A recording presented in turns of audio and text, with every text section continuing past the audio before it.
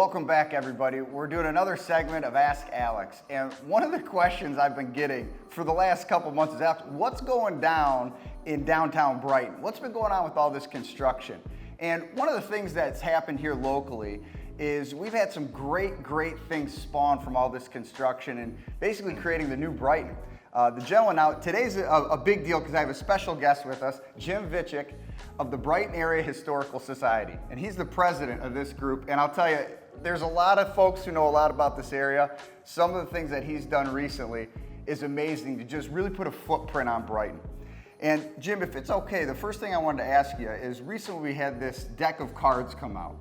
And these different cards had different information about the buildings in the area. What spawned this idea to create this deck of cards with all the history of Brighton? Well, I think we can give the proper credit to Denise Murray from Ann Arbor Spark, because that was her idea, and we started talking about this probably November-ish. Okay. And so a lot of time went into research and finding pictures, and she worked on the people in the city and merchants and all that. So it was a joint effort, but it was an excellent idea by Denise. Awesome. And since then, so it starts out in November. Obviously, we're months later now here into the summer. Throughout this project, what were some of the favorite buildings or favorite moments that you recalled when kind of going through your old memory and all this information you guys have over at the Historical Society? I don't know if there's a specific favorite, but there's so much cool history of Brighton. Right. We're fortunate to have so many cool old photos from the 1910s, 1920s, because it was a tourist place. And wherever there were tourists, there were photographers.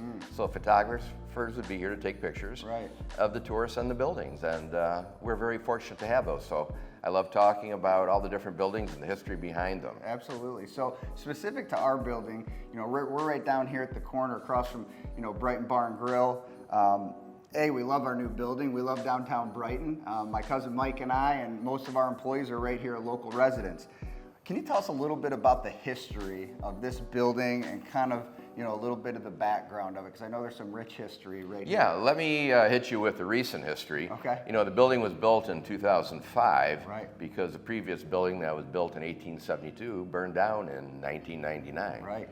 Now, that building had a very colorful history because it was called a hardware store, and it was called Pipp and Becker Hardware. Okay. Henry Pipp and John Becker. John Becker was I guess I'd best call him a blacksmith. Okay. And Henry Pipp was a carpenter. Okay, so they had a good 1-2 punch. So they went together to develop this building, and it was the Pipp and Becker Hardware store, as well as the Pipp and Becker Wagon and Carriage Shop. Okay. So they did manufacturing of carriages and wagons here, and they had a very cool location because while the mill pond has changed from where exactly it is today, it used to basically be across the street on the edge. So, so people could be here in the morning, look at the mill pond, they could look at it at the end of the day. And, in the morning was kind of a cool thing. You come to the office today, and people sit around and chew the fat, talk about sports, talk about politics in the morning, have your coffee. Right. That was the way this place was back in 1872. No kidding. They had a big potbelly stove. And, the guys would come in before going to work. They'd come in for their supplies, come in to, see their wagons and the progress on that. Yeah. And they would chew the fat and talk politics. And so the hardware store was in existence from 1872 up through 1896. No kidding. Under the Pipp and Becker banner. No kidding. So to your point, it wasn't just a hardware store. It wasn't just a place for the carriages.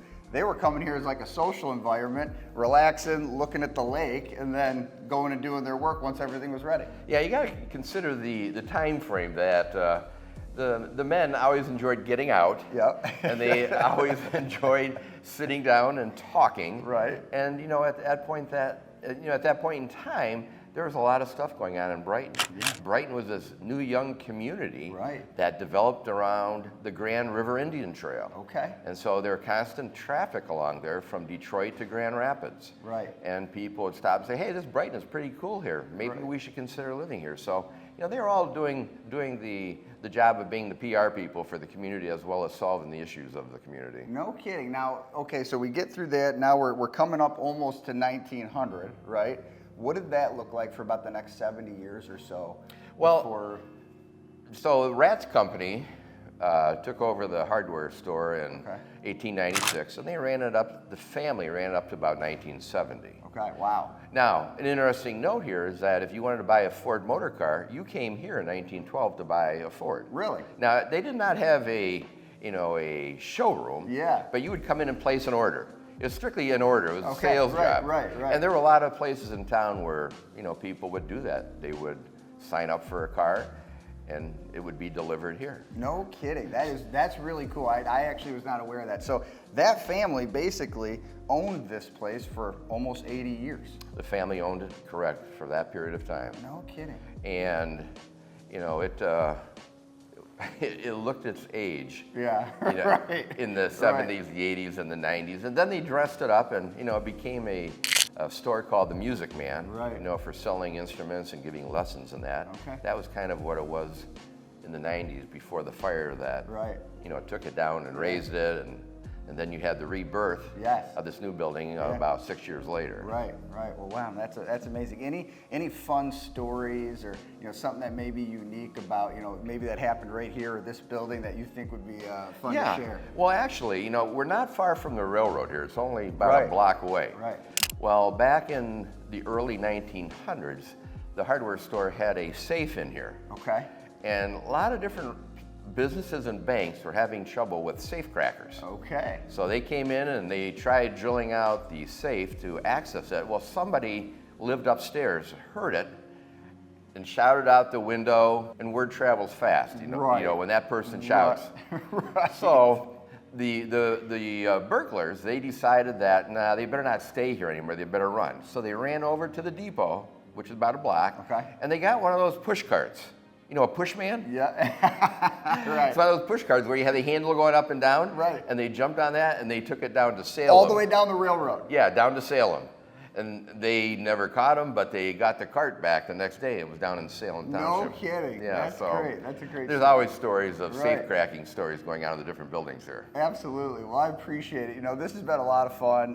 One of the things that we want to do is kind of keep this going. This Deck of Cards initiative has been spreading like a wildfire. We've had folks coming in with the Deck of Cards, and it's been a lot of fun. Obviously creating some traction here in downtown Brighton as the construction's wrapping up. What we'd love to do is start going around maybe at some of these, really cool buildings with some rich history and maybe getting you to give us a little bit of information. Is that something you'd be loving to do or like to do? I think that's an awesome idea because, he could tell you about history of that building. You could put your, 25 cents worth in there about business and all that. But it might be a really cool history segment of different buildings in the downtown. We would love to do that. This has been a lot of fun. I appreciate you coming down, giving us a little bit of the history of now the Foguth Financial Group building. And what was the year it was actually built? What was the whole start of it? It was 1872 Wow. was the initial building here. Now, Wow. what I didn't say, the important reason is that this side of Brighton, from the mill pond this way, was called the west side. Okay. Everything on the other side was the east side. The west side was developed for the most part about 1872, and the reason being is that the railroad came in 1871. So that was the push then for building the buildings on this side. Okay. Because the railroad coming in, and then at that same time, they built the Western House Hotel, which is today Brewery Becker. Yep. So, that building is a gorgeous building. Right. And it's much more gorgeous today than I'm sure it was when it was built back in 1873. But, so all kind of cool stories about downtown Brighton and how we've progressed through time. Right. Well, on behalf of the city, on behalf of the business owners down here, I'd like to say thank you to you and Denise for all the time you guys have put into it. This has been a really cool initiative. And again, it looks like the community is really loving it. So I just want to say thank you. We appreciate everything you guys have been doing. Well, thank you very much, Alex, for having me today. And thank you to Foguth for putting this on. Have a good day. Absolutely. Thanks, guys. We'll see you next week for another segment of Ask Alex. And again, special thank you to Jim and the Brighton Area Historical Society and Denise Murray and the Spark out of Ann Arbor doing great things. Thanks so much.